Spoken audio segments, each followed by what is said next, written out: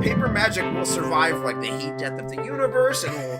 Oh, it's a smuggler's copter. Would you like to crew this? And then it crashes because they don't understand arithmetic. All your cards belong to me. 2 minutes into macing him in the eyeballs, I switched to pepper spray. He's like, yeah, it's all right, refreshing. And went back to the mace.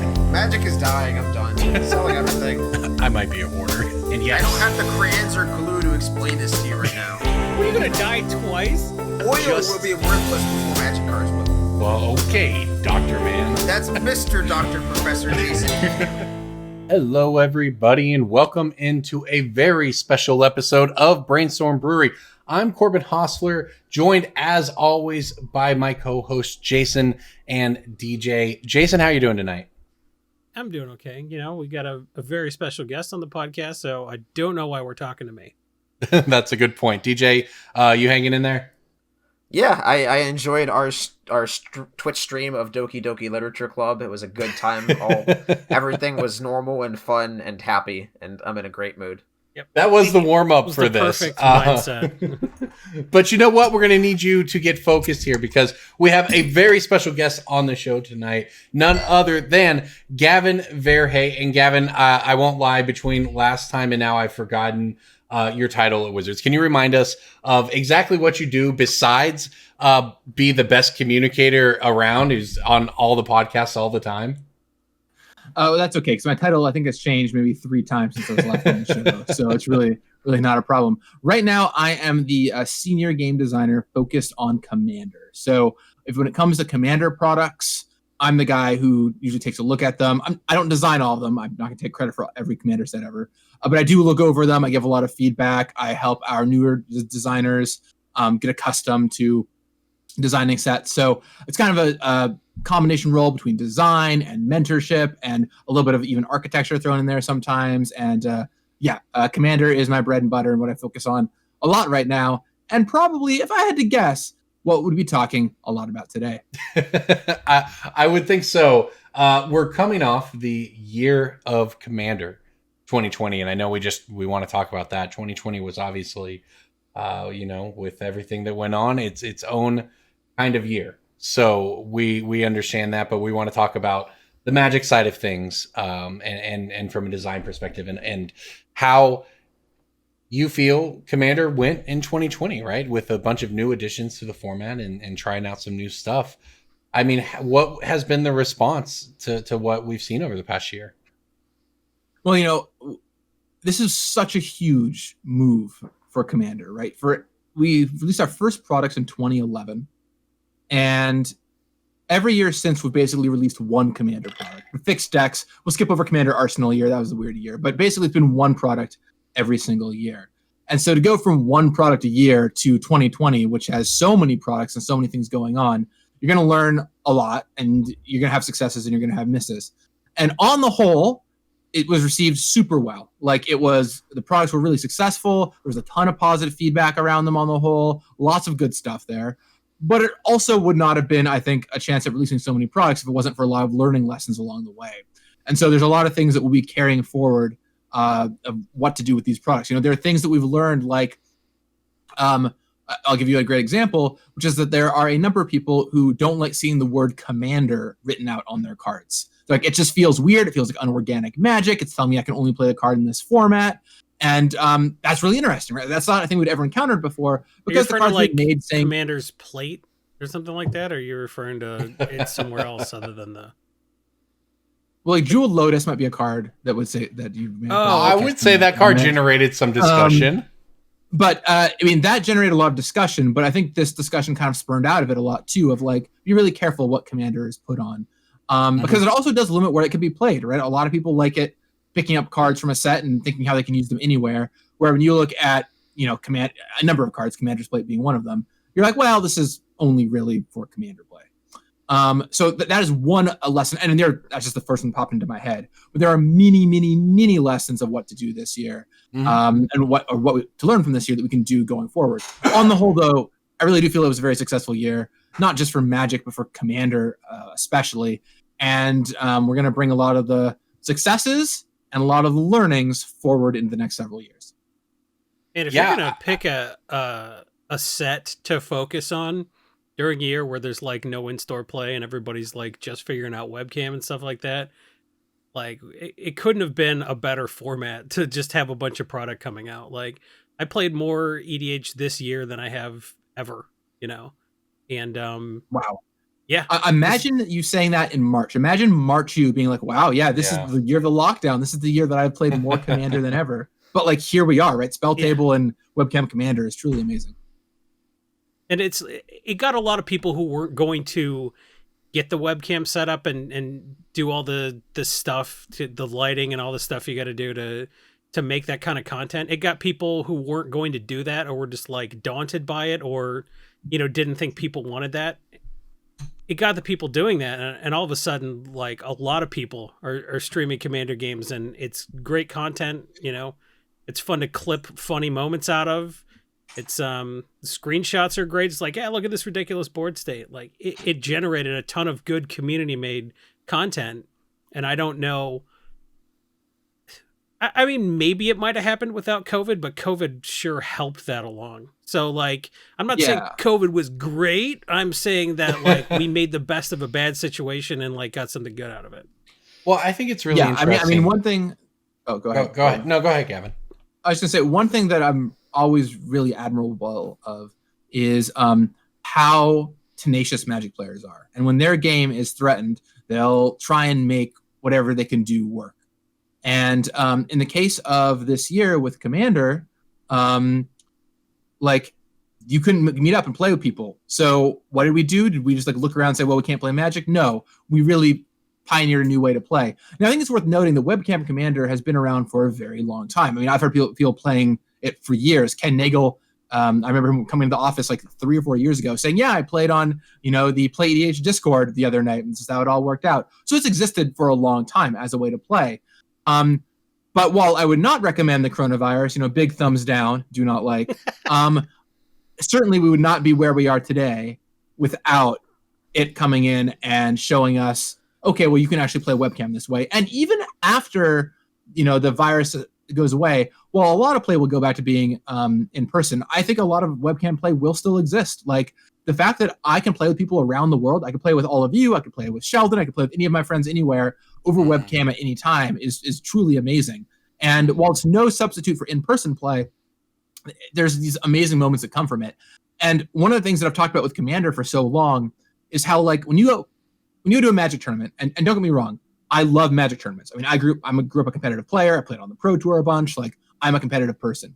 But even I will admit, when you go to a Magic tournament and you look around the room, what you see is a lot of this.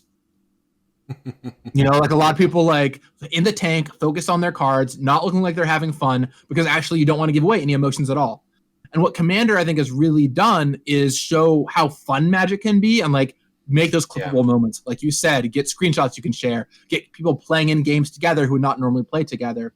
And so for that to be the format that has grown and done so much on webcam over this year, I think has done also a lot for the image of Magic as like, oh, this is not just a hyper competitive thing, but it's a really fun thing you can do too.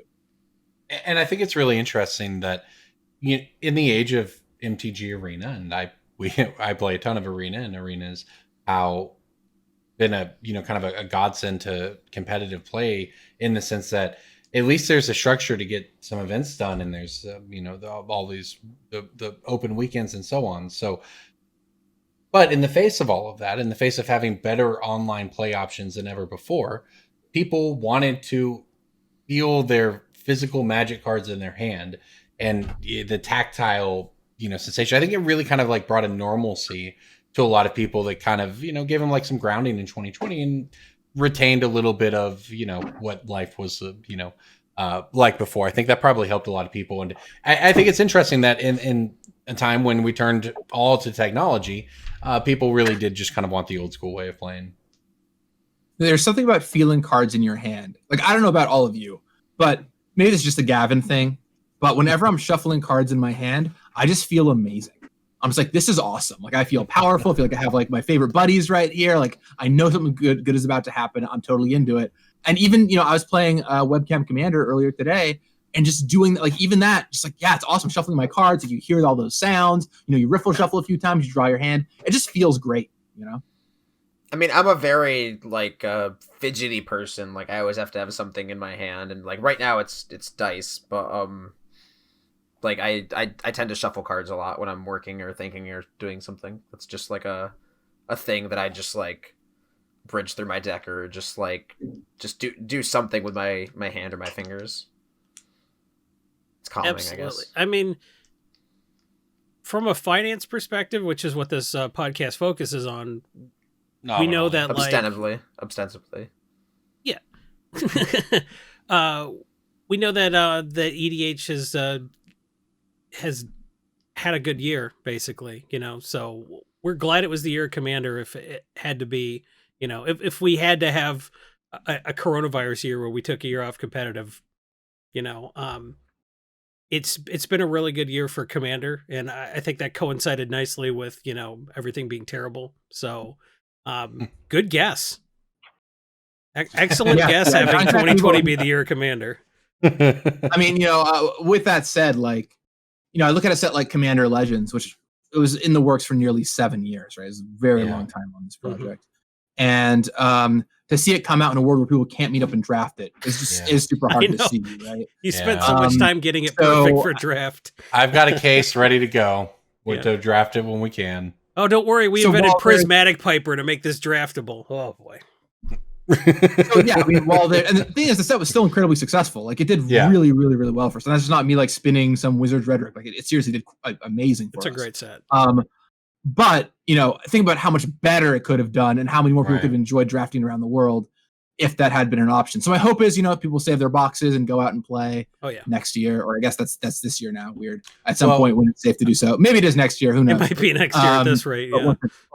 We're not Australia, man. We're we're still debating the merits of masks. I do want to ask about Commander Legends in the sense that we saw almost like a super cycle kind of get completed, it felt like. If you look at Darkside Extortionist, we then got Keeper of the Accord and Opposition Agent and Hull Breacher, and there's some really powerful cards in the set. Is that those? White got some love. I think was well deserved there. That's a conversation you've had plenty. But is that the power level we can expect moving forward out of products like this? Because there are a lot more recent cards in Commander decks than there used to be.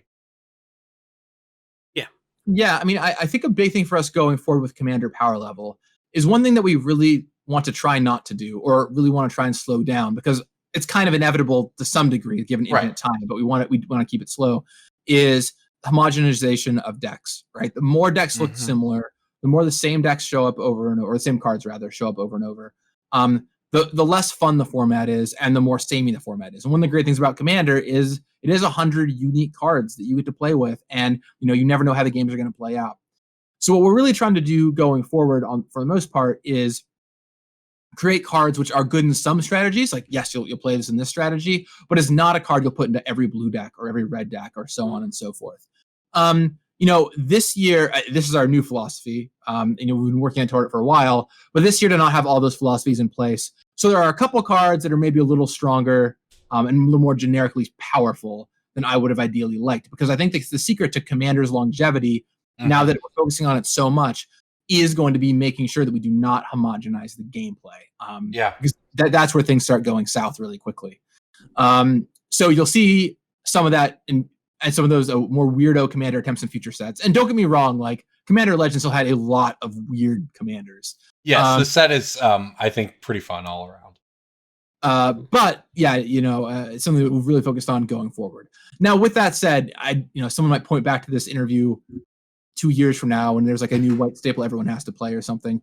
And look, there are going to be cards that we make where we miss on them a little bit, or they're just stronger than we think, or whatever, and they are going to become staples. And that's just magic, like that's how cards have gotten Seems fairly impossible to test for Commander.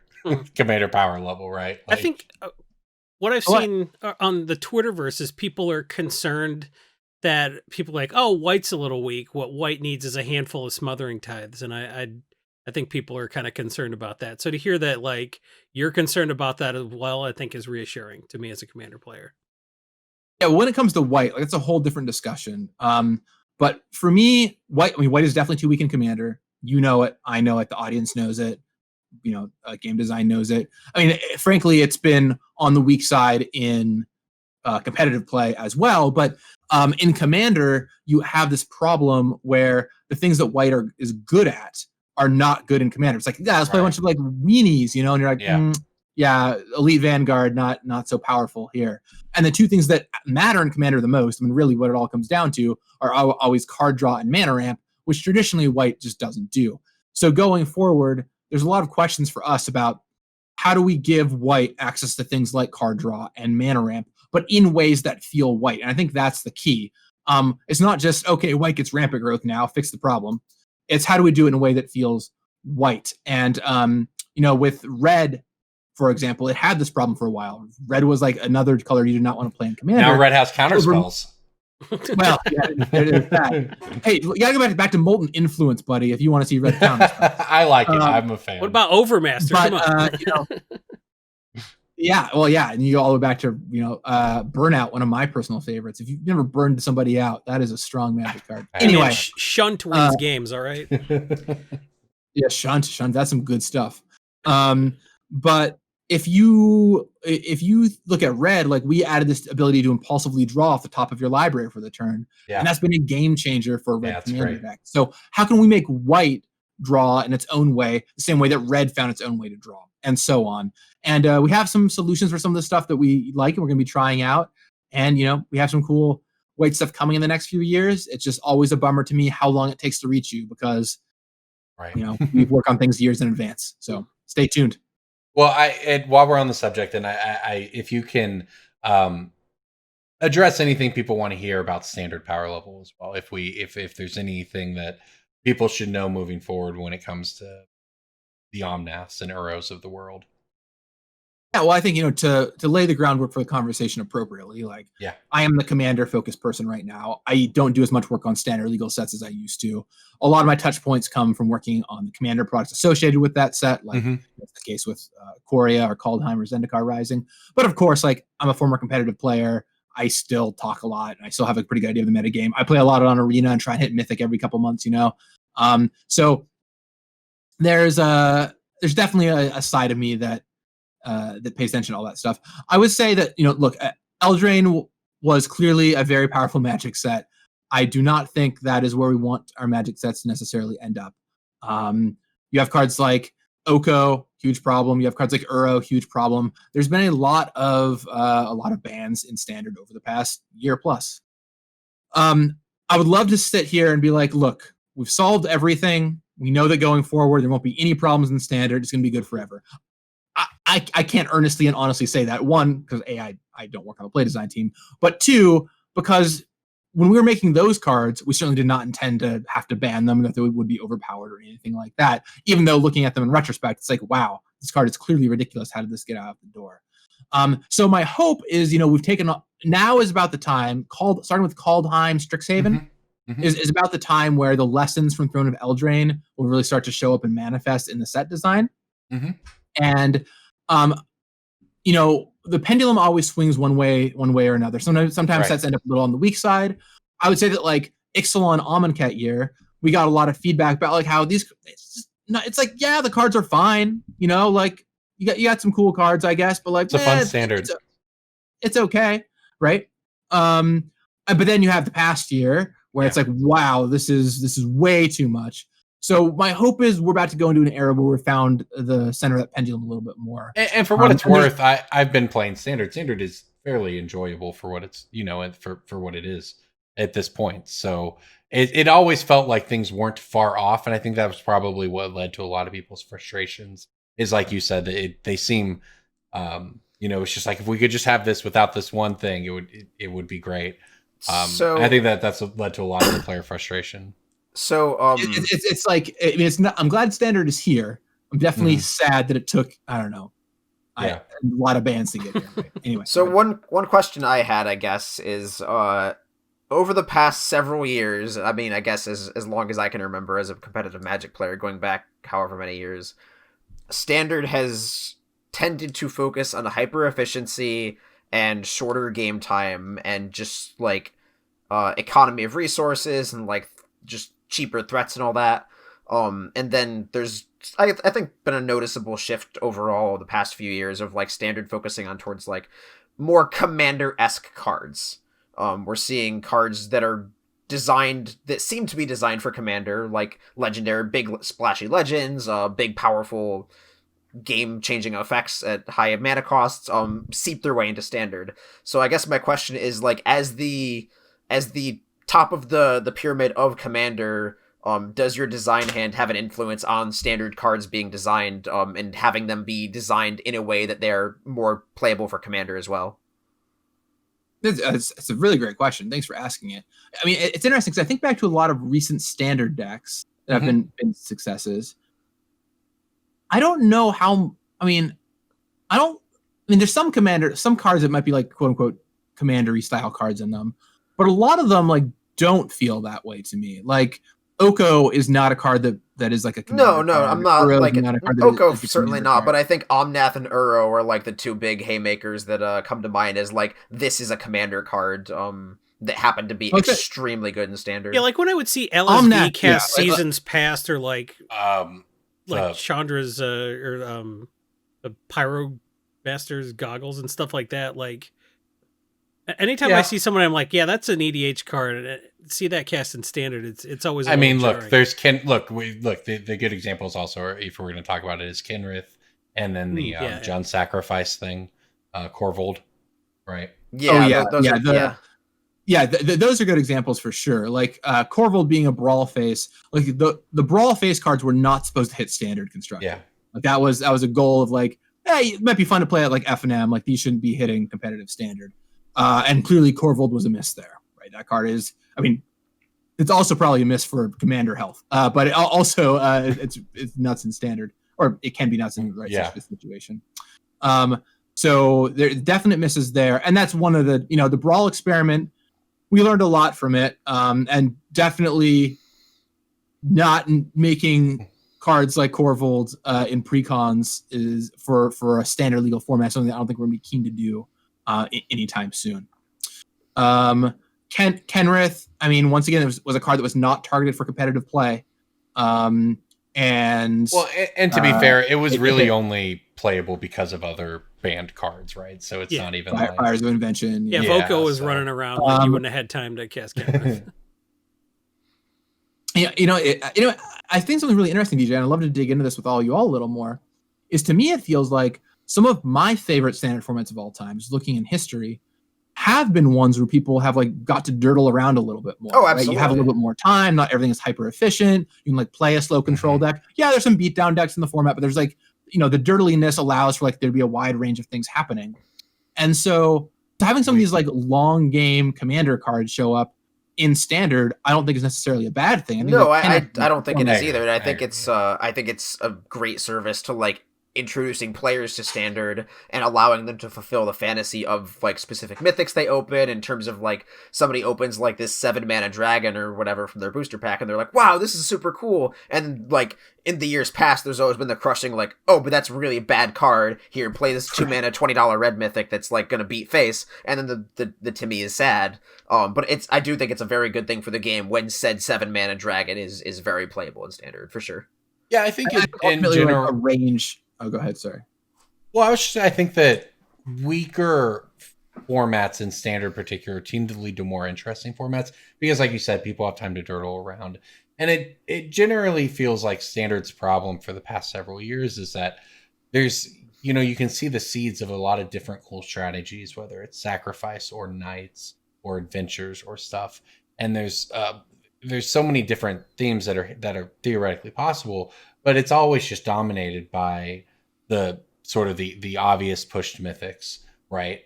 So I don't necessarily think it's a coincidence that the Standard format has become really fun, as some of the most powerful cards have been taken out of it, because it causes people to diverge more into other stuff. And like, now Yorion hits at a pretty cool rate where it's a thing that exists sometimes. Same with a couple of the other companions. I think after the companion nerf, companions ended up in a really cool place. So I think that, the Standard formats tend to, for better or worse, because it's not the only measure of format health, people want the diverse ones. And that means that there has to not be cards that stand out above the rest. Man, Yorion, what a magic card.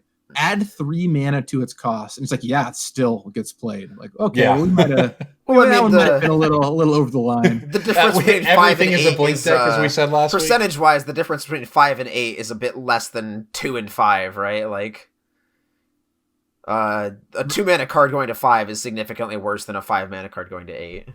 Right, it's true. Especially when Yeah, you're a control yeah. card, right? Like in a control deck, it's like, yeah, it doesn't matter. I'm gonna have mana at some point to do this thing. Don't worry about it. I mean, that's another, I guess, topic that Corbin briefly touched on that I didn't really consider until now, but I mean, I think it makes a good question, is just like the companion nerf and that word being used in a Magic context. Yeah.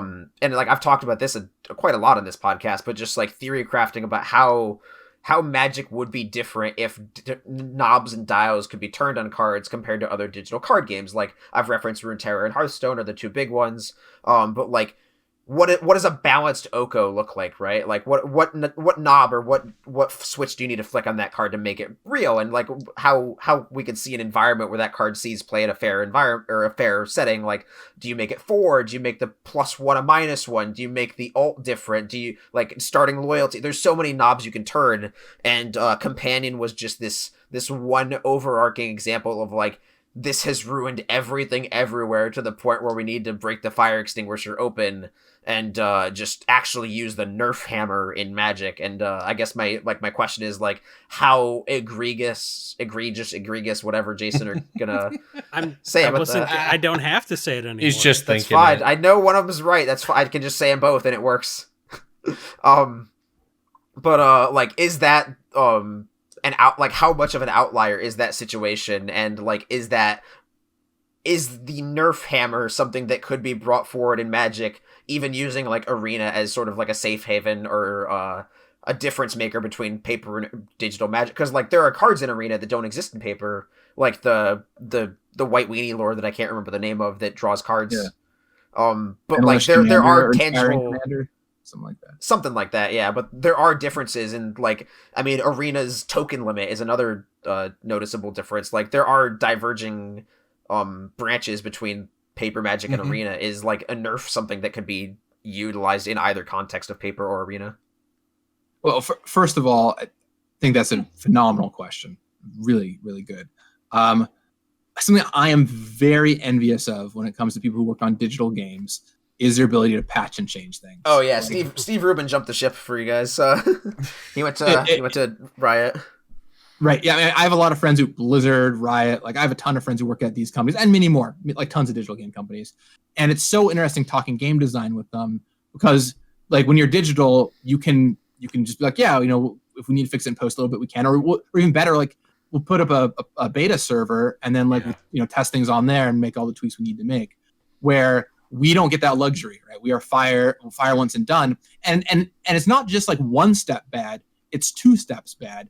Because it's like, hey, fire and done. By the way, your shot won't land for over a year.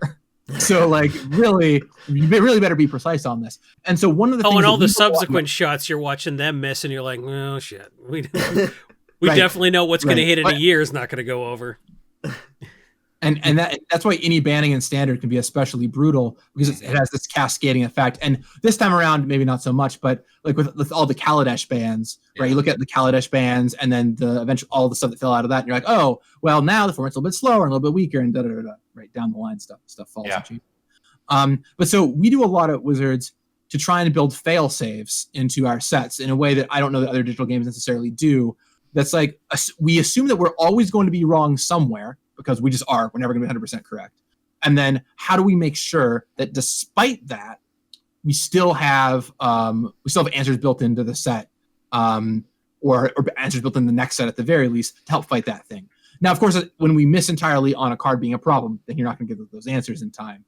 But that's why, for example, often you'll see hate cards for a specific theme or mechanic in the same set or in the next set to help temper it. With the companion mechanic in particular, it's very clear that mechanic was a mistake. I'm not going to sit here and say, wow, yeah, companion is salvageable. Nope, it was bad. It was a mistake for us to have done it in that way. You are not going to see more companions in the future. It's not just like, oh, we'll fix it this next time and get it right. No. With that said, I do think it's really important to say that for Magic, we have to keep trying things, and sometimes we're going to push, and we're going to push a little too far, and something's going to happen. And in my history playing Magic, companions is like the one instance of this happening in competitive play where we pushed too far, and it was like this whole mechanic, this whole thing just fundamentally alters how Magic is played to such a degree that it causes huge issues.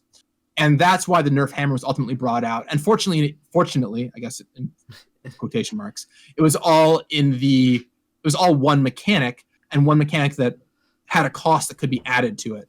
Mm-hmm. So that was easy the to touch closest whole Magic mechanic. has come to being Hearthstone, right? Like, you actually could be like, look, we managed to convey to everybody that the mulligan rules were changing. We can convey to everybody that companion works differently now. Yeah. And all of a sudden, like, companions are played about as often as they ideally would be.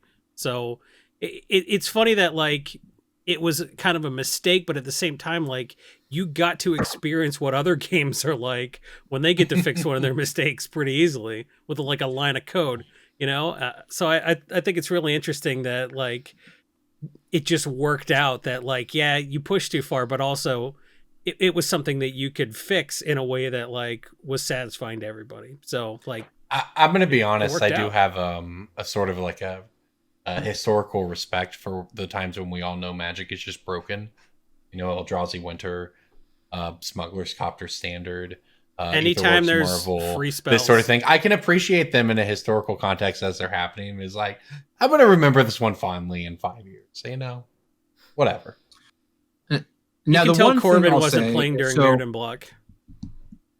I was not. So one thing I'm going to say here is that, we made this power level change to these companions.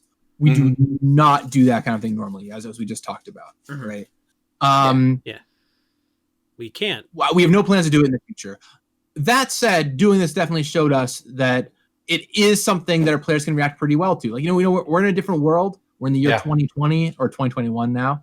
And people are like, they're a lot more used to this thing. Information travels better. Someone's going to tell you about a thing. You're going to play digitally where the cards are different anyway.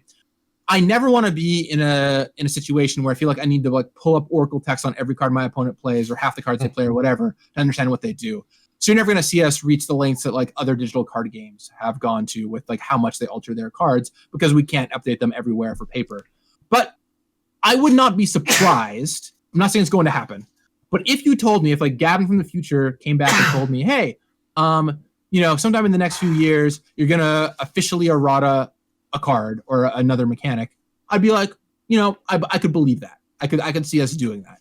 I wouldn't count on it. I wouldn't put my money on that direction, but it's not outside the realm of possibility given how well stuff like this has gone over. And, to your point earlier, Corbin, too, I think it was you that was talking about Arena and how theoretically we could run Arena. And, like, maybe there's just a fun week-long event in there somewhere that's, like, altered standard, right? Play standard with everything legal, but some cards are nerfed and changed. Like, there's stuff like that. You could. Well, they do the these cards are banned standard formats. Those are always kind of fun. Well, they help your brews be better. Even something like what do they call them? Like the Tavern Brawl-esque thing where you could do, like, standard on Arena where every card costs one generic less. Yeah, they do. I mean, to be fair, there are a lot of events on Arena that do stuff like this. There's always there's omniscience drafts and all that. Yeah. There's some interesting formats that are tried out for sure. Yeah. Well, I want to ask you, Gavin, what was your favorite Commander mechanic thing? Like, what was your favorite part about the year of Commander? Wow, that's a pretty full question. Sorry, I put you on the spot on this one. This one wasn't in the notes. For me, though, it without a doubt just has to be Commander Legends. This was a set I worked on for nearly 7 years. It finally 6, 7. I think it's whatever I said in interviews. I think it's 7 years. It's either 6 or 7 years. I have to go back and check my notes. Anyway, worked on it for a very long time. It finally came out. It was a huge amount of work for me. It was a project that I saw from the ground up in creating. And so what does that? Like, I'm sorry. What does that mean? What does that mean to when you work on it for 7 years? Do people just shoot at you down, or I don't think this will work, or what are the what is the sort of the trials and tribulations that go into a process that long? Yeah, well, I mean, I've told the full story a few times now, but the really short, the like short condensed version is basically I had the inspiration for it while at a Magic Fest Grand Prix back in 2014, 2015, which is why I can't figure out if it's 6 or 7 years. I have to look back at my notes. So anyway, a long time ago, I came back to the office the next weekend. I pitched it to some coworkers. They're like, that sounds really cool. And I started working on it, but I was doing all the work in my free time at work. And then eventually, we did a play test. It went great. And then just kept growing and growing and growing. And eventually I pitched it to people at the top level. And everyone thought it was cool, but they're like, we don't have a place for this right now. We don't know where this thing's going to go. And it wasn't until later on that we were able to find a place for it. And even once we found a place for it, the set was delayed like three or four times, I think.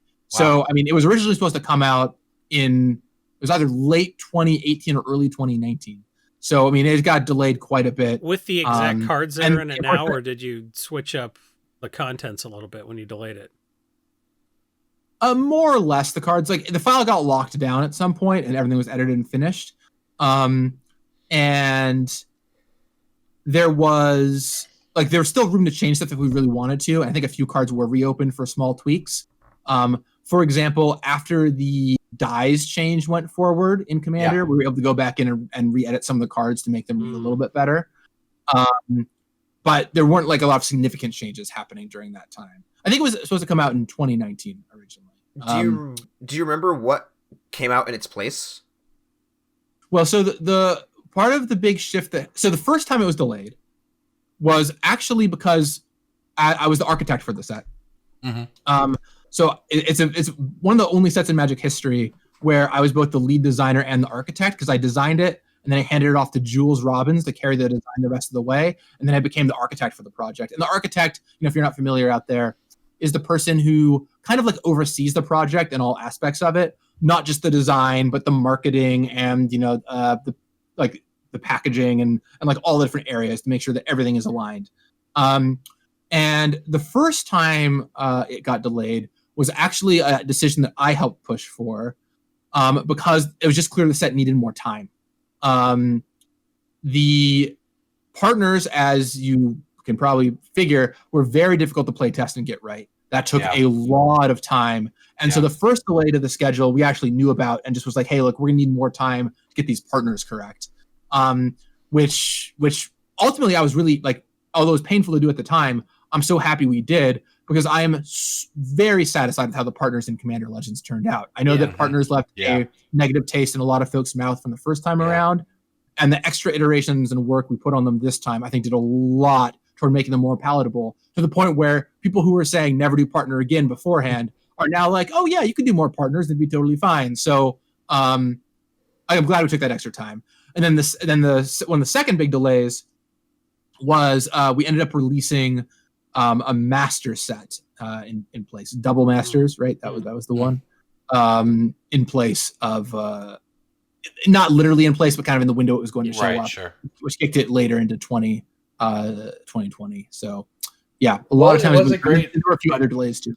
It worked out as a great holiday product. Partner, and I can tell because like Timna Thrasios was like the number one partner combination for the first time around, and Krark Sakashima is the number one partner combination now. So like when some jank like that is like overwhelmingly run away with it, you know that you got the balance down. So well done. I mean, the extra time it showed, because partners I feel like they add to the format. I mean, there's over 1,500 combinations now, so it is. We're not going to get them all right necessarily, but we try. Jason, do you know about all the combinations? We are very aware that there were 1,500 combinations. Yeah, my condolences. It was one guy who did all the programming too, so you could apologize to him personally if you'd like.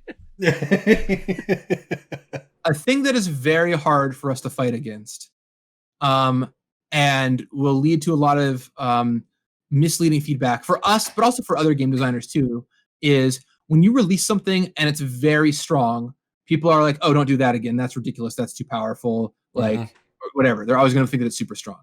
If you release something and that's super weak, the connotation is going to be pretty negative because like that was super weak. It was a bad mechanic, right?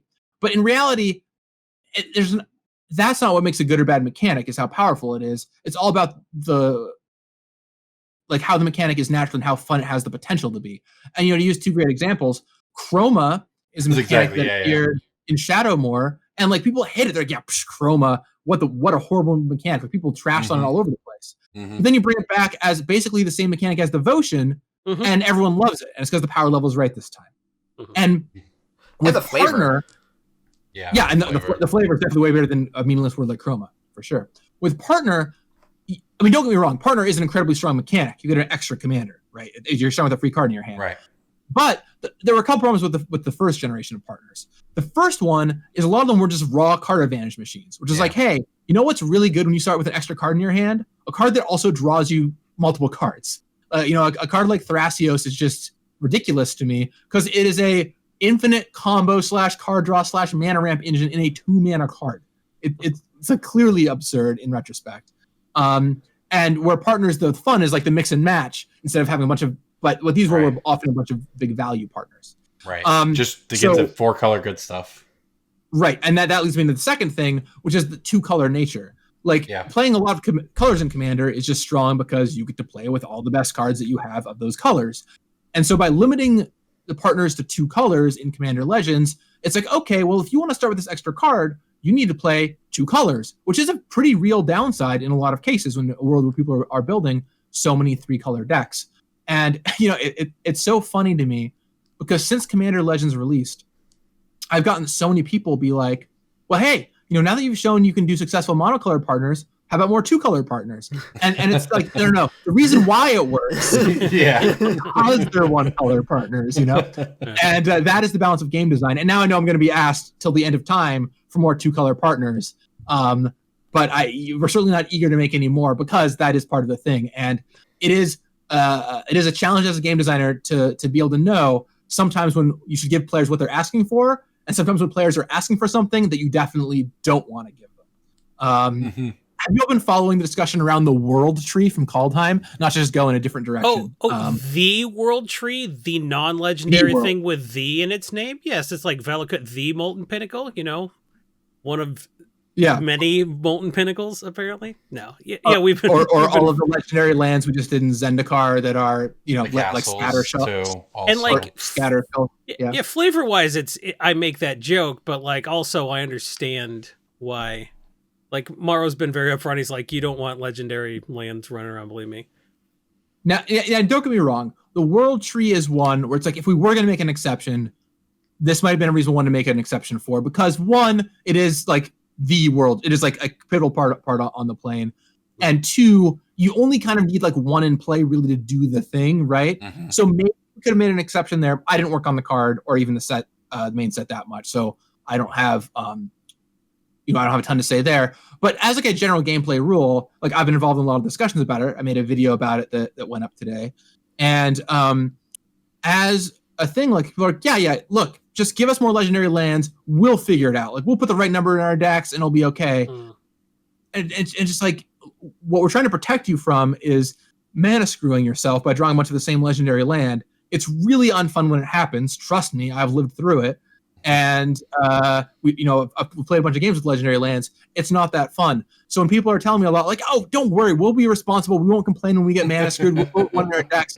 I'm just like, this is a case of you telling me you want something that I know where we would do and would give bad experiences to you. So and a completely different group of people would be like, "It was so obvious that you couldn't. Like, how did you not?"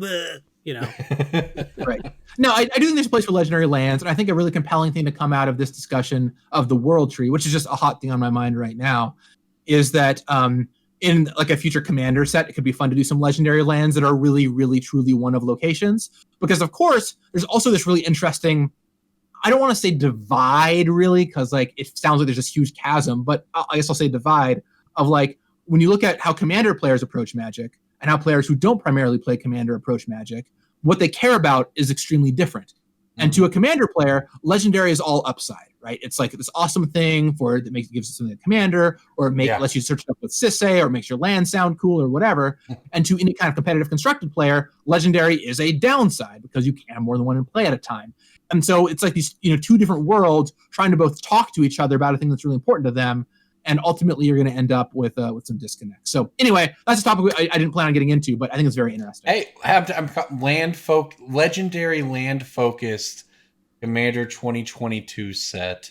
The deck is built around doing cool stuff with a handful of legendary lands. I'm just throwing it out there. Okay, if we did, I was thinking about this in the shower this morning. Okay, I was thinking about this in the shower this morning. If we were to make another Urborg, what color would you want it for? I know what color White. it should not be. White. White needs the help. Should not be green. Yeah, green doesn't need the help. Should be red or white. Red or white. Red or white. I think white makes the most sense flavor-wise, too. Yeah, to have like a bizarro Urborg. From like the sense of like this all-encroaching sun that like lights up the entire rest of the world and the rest of the lands. Like, I think white makes the most sense flavor-wise and probably mechanically. Yeah, I mean, I got to white as well because traditionally white is the other color that has a lot of, colored mana symbol intensive cards, right? You got that from black, which is why it got Urborg in a sense, but white also has a bunch. Red has some for sure too, though. White and red are the two places I got to. I just think it's an interesting question. Not saying I'm going to make any card like that, but I was like, oh, that's a cool legendary land we can make sometime. If you put it in green, tables would flip for sure. Mm-hmm. So I'm just not sure what the point is of putting it in green, Yeah. It's like, why did we need to do this? Oh, cool. I'll activate it with the mana from my Gaze Cradle. I did it. Right. Well, Jason, you've probably waited long enough. Let's hear you talk about conspiracy. Oh, I like conspiracy, as you know. So I like Battle Bond, as you know. I'm very vocally a big proponent of all these kind of like sets that I feel break up the year. So I know you can't tell me exactly what's happening next, but is the plan to sort of stagger some of these things as opposed to like doing a Commander Legends every year? Yeah. It's really interesting, my position at Wizards, because the way I got here to where I am now, like, was not intentional in a lot of ways, but through like just a freak weird coincidence of like one thing leading to another. I was on both conspiracy teams. I was a lead designer of Battle Bond. So I've worked on all these sets. I know them super well. And then, of course, Commander Legends, I was a lead on too. So even though I came in as a competitive player, it's so interesting to me now that, like, looking back at this will be year 10, by the way, of working at Wizards. Looking back at my 10 years there, I've touched all these, like, casual year breaking up sets. And I'm a huge fan of these sets. And especially, I mean, I love them all, but I want to do another Battle Bond so badly. Like, Battle Bond is a set that I think is just a triumph. I love playing with someone else. It would have been a little awkward, admittedly, if it released this year. That's when I'm glad we didn't have this year. Would have been rough. But like, to me, it is a triumph. You get people playing Magic who you never play with. You get to high five your friend. Like, there's and the world that it was on. There's so much cool stuff I think we haven't even seen yet from that world that we could do. So I want these super badly. I don't just want it to get into a world where it's Commander Legends every year forever. I don't think anybody wants that. Or I can say anybody. I certainly don't want that. I think there's a lot of other people who don't want that. And the reason why is, first of all, Commander Legends is special because it doesn't happen all of the time, right? It's really cool the set came out. There's a lot of stuff in there. But if it happens forever, it's going to lose its specialness. Ice cream for dinner. Yeah. Right. Second, Commander Legends is also just really hard to get right. Like, to make that set work and to get to where it is, I already told you about how it took so many years to make and had to get delayed to, like, get all the work done on that it needed to. I would want to be very careful about it. And with the success of Commander Legends 1, I would be incredibly surprised if we did not do a Commander Legends 2, or even if we didn't do a Commander Legends 2 in the next couple of years. But I don't think you're going to get into a case where you see one every single year. And we're going to keep needing innovation sets to fill up the roster. The challenge now is, one of the biggest points of feedback we get from players is you're making too many products. So how do we balance it to make sure that we can deliver on the things people want, like a Battle Bond and Conspiracy, but while also trying to weigh the amount of products people are getting? And it's always funny to me when people will say, the same person will be like, hey, you're making too many products, but also like, hey, would you please make like a Battle Bond too? You know, and it's like, how do you weigh those two things together? So I really want to make one for both Conspiracy. I have a really good idea of what I do for Battle Bond 2. For Conspiracy 3, the trick with Conspiracy 3 is that it turns out there are just not a lot of very good hidden agenda and conspiracy designs. Like the first one, we came up with most of the good ones.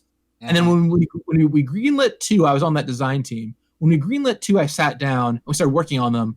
And we were like, we like used all the good ones in the first set. And that's why you have some ones in Conspiracy 2 that are like not that awesome. And we ended up going with color associated ones for other reasons. But anyway. And contraptions. For Conspiracy 3, I have something that I think would be fun and would work and is a little bit different from the other two.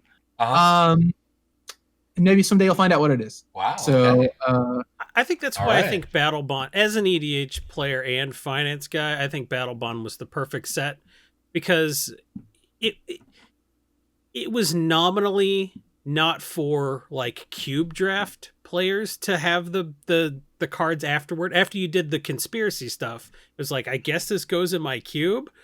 Paliano's a bulk rare, that sucks. But when we had Battle Bond, it was like, okay, this stuff is for the Battle Bond, but when you're left over with these cards, oh hey, they incidentally go in EDH. So it's not like these are worthless in EDH because they are draft specific. And these aren't focused on, you know, very specifically EDH, so they're like a little homogenizing to the format. Battle Bond was the perfect mixture where it was sort of like, okay, this stuff was for the Battle Bond thing, but like it's worthwhile to have these in EDH. We got a lot of good. I keep saying EDH. I'm sorry, it's Commander. We have a lot of good Commander stuff that the Commander players are going to like. They're going to buy the booster packs, whether or not they do Battle Bond stuff with them, and like that's going to be good. So I think as much as I really appreciated Conspiracy when you were doing it at the time, because it was a great venue for reprints, it was a great venue to give us new cards that like mattered to Commander players. Battle Bond did exactly what we wanted. So I think one of the reasons Battle Bond works so well for everybody is because like finance people are like, oh yeah, EDH players will buy these singles, we will crack these packs. And EDH players like, I will crack these packs. I'll go do the draft with my buddy because I like Two-Headed Giant, whatever. This will be fun. But then I'll have EDH stuff left over. And it gave us good reprints. So I kind of think Battle Bond is exactly, you know, the kind of set I want. So like, obviously I'm really keen to hear you say like, you're maybe leaning towards doing a Conspiracy or Battle Bond before you do another Commander Legends again. Because I think Battle Bond is exactly... It's right in the sweet spot. It's not too focused on Commander that everyone's like, I don't need 250 new cards, but also like it's not it doesn't have worthless cards in it. Yeah, I mean it's really hard to know the order that all these things will come back in, right? And I'm sure, you know, like I said, Commander Legends was so successful that I wouldn't be surprised if there was another one in the next, you know, few years. But I would love to, you know, intersperse it a little bit with some of these other sets. And it's hard, right? You look at our portfolio, and once again, players are asking that to please manage how many products you're putting out. Right. And you look at all these ancillary sets. We've got Battle Bond and Conspiracy and Commander Legends, which we all mentioned. We have Mystery Booster, which came out last year and people absolutely loved. And there's a lot of like, hey, please do more Mystery Boosters. We're about to launch Time Spiral Remastered, which is something I'm really stoked for. Yeah. And I would love to do more remastered sets in the future. And at some point, you know, you have to be like, okay, well, we can only do 1, maybe 2 of these a year. Like, you know, how are we going to use our resources? What's the right place to put them out in? And, you know, there's got to be a lot of hard decisions that are going to be made. And I don't want something to be left on the curb forever. But I want to make sure that we're also not releasing too much for players, right? So there's going to be a lot of hard decisions made. And, you know, ultimately, I think something's going to end up as the sad product out of it all, where it's sitting over in a corner waiting for its day to shine. But I hope we get to all of them eventually. And not to mention, like, those are 5 things. I have ideas for other kinds of Magic sets we can make that at some point we're going to want to try out. And, you know, I'm sure Mark is somewhere and being like, yeah, another unset, right? So, like, at some point, like, you got to find room for all this stuff. And it's tricky to manage everything. Well, I'll just add that I love these sets because they give us some of the best mechanics for multiplayer ever made. I thought Conspiracy 1 with Goad, I thought that was a really clever mechanic, but I thought Monarch was just the best mechanic that's ever been made for multiplayer. Yeah. So I think the bar is pretty high. Monarch is it's a triumph. Monarch is brilliant. I mean, the fact that there are play groups out there that will just start with the Monarch to first damage is just like that's how good that mechanic is. Goad, I think I'm really glad you mentioned it actually, Corbin. Yeah. Goad is to me is like criminally under discussed. It's a brilliant mechanic to me. Like it makes action happen. It's a one-time thing. Yeah. It's phenomenal. I would we've been talking a lot recently about like, you know, commander mechanics we want to do more with. And Goad is one that's really high up on our list. So I would not be surprised to see Goad really show up more in the years to come. Fewer free spells, please. More Goad. Yeah. I will jump DJ in has real... a Thantis deck, so I was just gonna say I will jump in real quick to say that I am one of the few who enjoyed the Commander 2018 pre-con, the Jund one, and I have a Thantis deck, and I really enjoy it when I get to play it because it makes a lot of crazy things happen. And it encourages combat and fighting and bloodshed and all that. And I think that was a theme that went undernoticed in both the 2018 Jund deck and the 2019 Naya deck, because combining a lot of elements from those two decks leads to a really fun play group. Oh, and that's the thing that I think, you know, going back to Commander Legends, granted, not as many people have played it, and certainly very few people have played it in person. But one point of feedback I definitely took away from the format is breaking through board stalls is really, really important. And we knew how important it was, but like hearing stories is just like so many games are going, you know, really late in the game or even getting out.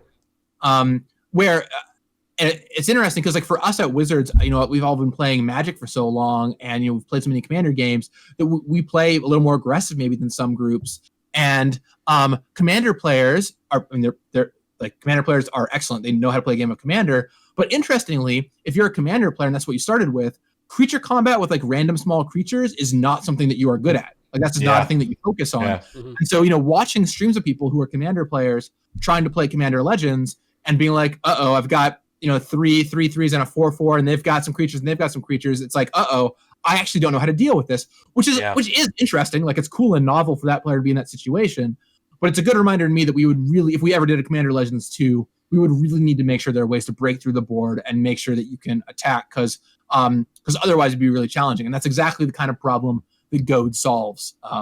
So I think in a number of Commander Monarch products, also really like Monarch makes a sub game where it's just like, look, it's not impolite to attack, because some people like, oh, this guy doesn't have any blockers and I got a 2/2, it would be impolite to swing at him. But like that 4 points of damage you would have gotten through maybe shaves 5 turns off the game later. Right. And people just like don't have a concept of that. So like I think giving somebody an out where like, look, Thantis made me hit you. It's not me. It's you know, it's Thantis. Yeah. That's why some people roll die. They're like, well, I rolled a D4 and it said to hit you. I don't know what you want me to.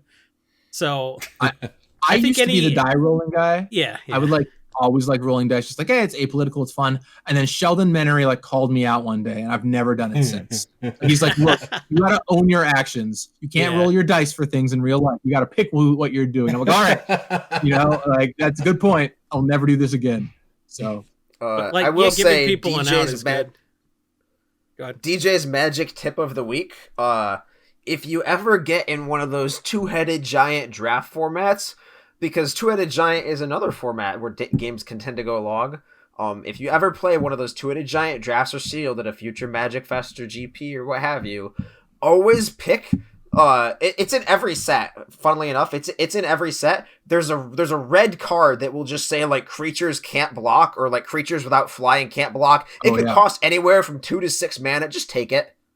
It'll win you the game. Doesn't matter what it is. It could say like pay 7 life, 4 creatures. Can't just take it. It'll kill people. Trust me. Yep. One of the most fun and slightly infuriating things about being the lead designer of Battle Bond is figuring out how cards would work in a two-headed giant context and finding like whole new lives for cards that it's like, yeah, no one's thought about Screeching Buzzard in years, but the fact that each opponent discards a card when it dies is like a pretty cool little thing here, right? Right. And I enjoyed that. Now, I'll say you see the happy result. The number of times I would look at the perfect card only to realize that it did not work the way that I wanted to in Two-Headed Giant was very sad. But we eventually got there. I don't know if I've told the null profusion story on this podcast, but like, yeah, sometimes cards really don't work in Two-Headed Giant the way you want. When your partner plays a null profusion, and then the judge comes over, he's like, actually, you don't draw, because you skip your team draw phase, but when you play spells, you don't draw a card. It's only the guy that controls null profusion. Anyway, go back to the top 8 of this PTQ. Well, and your hand size is 2, right? Yep. No, not mine, because I didn't have the null profusion. My hand didn't shrink, but sure. I couldn't draw anymore. Yeah, Unlucky. that's all good stuff to know into it. There's a lot of things working on Twitch. There's a lot of weird things about those rules I learned. Yeah. I did not know. But it all ended up working out okay. Like, That's why it's so assigning great at membership- the pre-release, because like nobody knows, and then like you just like, oh wait, I can cast Dead and Gone on my partner's creature. That's cool. Oh, Urborg Siphon Mages runs the table. Good. Other Time Spiral stuff. We're thinking Time Spiral because it's getting remastered. We're doing it. Oh man, I really hope that when that set comes out, you get the chance to play it at least online, because it'll be on it'll be on Magic Online, I imagine. It's a really fun set. I love Time Spiral Draft, and the addition of the old frame cards, the new additions to the format in old frames is a lot of fun. So hope you enjoy it. So we have a few quick things that we would be remiss if we didn't ask while we still have you. Is there any plan to stop doing the yearly commander decks because they're doing 2 commander decks every set, or is that just gonna be a thing we keep doing? You know, the yearly commander decks are like a staple of our lineup. I think a lot of people look forward to those coming out. Now I keep saying this year, but it is the new year now. But last year you saw us release them with Ikoria, where we aligned them to the set, which is a little different than what we've done in years past. And I wouldn't be surprised if going forward you see us try out both iterations on that and other things too. But I don't think that our big commander deck release is going anywhere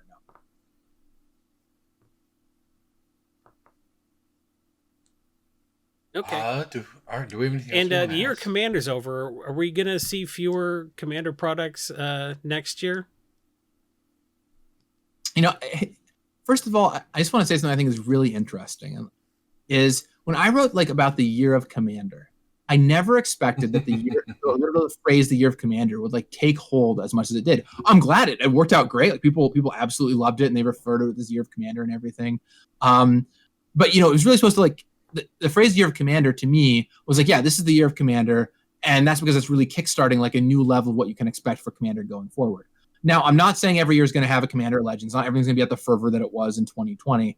But I think you will continue to see an increased amount of Commander support. We're not just going to go back to one deck a year world, which clearly, as we're seeing Kaldheim decks right now, that's not going to be the case.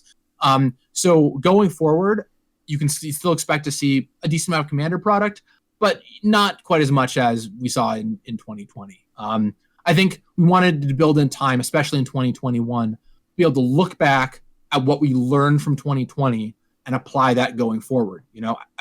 For example, if we had built a very commander focused set, and a very commander focused booster set to launch in early 2021, that would have been a huge mistake, because we would have only just learned from Commander Legends. So I'd rather take the lessons that we could learn from that set and other sets that happened, and give us the time to apply them going forward. So you're going to see a lot of Commander stuff in the future. Commander product isn't going anywhere. I know there are some players out there who dislike made for Commander products. I respect that. I totally understand that. I get that you want to play pure Magic. But Commander focused products are really successful, and a lot of players really do like them. So you're going to keep seeing those going forward. I also want to say thank you all so much for all of your support. It really means a lot to me. This year's been really up and down, and to have the community at my back to be with all of you through these tough times means so much. I started off my new YouTube channel in 2020, Good Morning Magic. You can all go check it out. Shameless plug right there. But it's been so cool seeing that grow and working with so many guests and hearing from the community and addressing community topics, and giving me a platform to talk to people in a way I never could before. I always believe when you're put in a tough situation, you try and thrive as much as you possibly can and see what you could do now that you couldn't do before. And so thanks to everyone who helped support that this year and grow it. And I really look forward to seeing what 2021 has in store when it comes to not just me, but also with Magic. I have one more quick question. Yeah, go for it. What is your favorite webcam commander moment from 2020?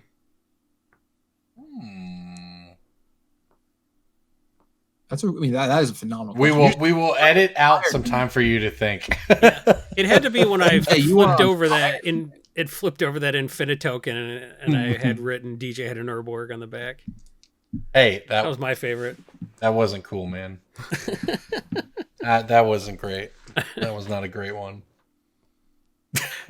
Nobody tell him.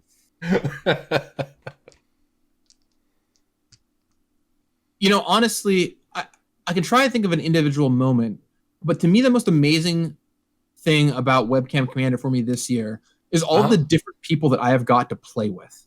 Like, there are so many people who I would never have the chance to play with, or who are good friends of mine that I only see at Magic Fest that I could play with on a regular weekly basis through Webcam Commander. Being part of a couple boxing leagues, which, by the way, you want to talk about a cool innovation of 2020. Those have been awesome. Like, that was so much fun being like, yep, every week I'm going to play a game with Sheldon or 2 games with Sheldon and that whole crew. And, like, just enjoy playing this form of Magic together with people that I don't get to see very often. That is a really, really unique element of what the year brought to us. And I'm so thankful it got to happen. And I have made so many friends through playing Webcam Commander. One thing that I miss during the pandemic, and I only started thinking about this maybe a month or two ago, when I started thinking about how Webcam Commander impacted me, is I really miss acquaintances. Like, you go to a party and there'd be that person at your friend's party that would always be there and you'd talk to, but that like wasn't really your friend. You kind of like got to know them. And then eventually over time, they would like become your actual friend and you would hang out with them and all that stuff. That doesn't happen in a pandemic world, right? You talk to your friends, but you're like not talking to like your friends of your friends. Webcam Commander brings that back for me, right? Because someone will invite me onto their stream. It's like, hey, you want to come on my stream and play? And I'm like, great. And then I show up and it's my friend and 2 people I've never met in my life. And we talk, we have a good time. And then before you know it, you're playing on their streams, you're talking on Twitter or whatever. And it's created this kind of social thing that I haven't seen during the pandemic anywhere else. And so that's been really meaningful to me as well. Among Us helped a lot with that too, I think. Oh yeah, like all the online Among games Us was a big deal for people me. in, and Jackbox of course too, right? Like all that kind of stuff is great. And a part of, as someone who loves going out and going to events and meeting people, it's definitely something I missed out on in 2020. And, I'm really glad that Magic and other games have been there for. And really, like, not just Magic, but hats off to everyone out there who works on games, because games are so important to the world right now. And I'm really glad how much joy my industry helped bring to people. And my hope is just that Magic could bring you a bunch of joy in 2020 and will hopefully continue to do so in 2021.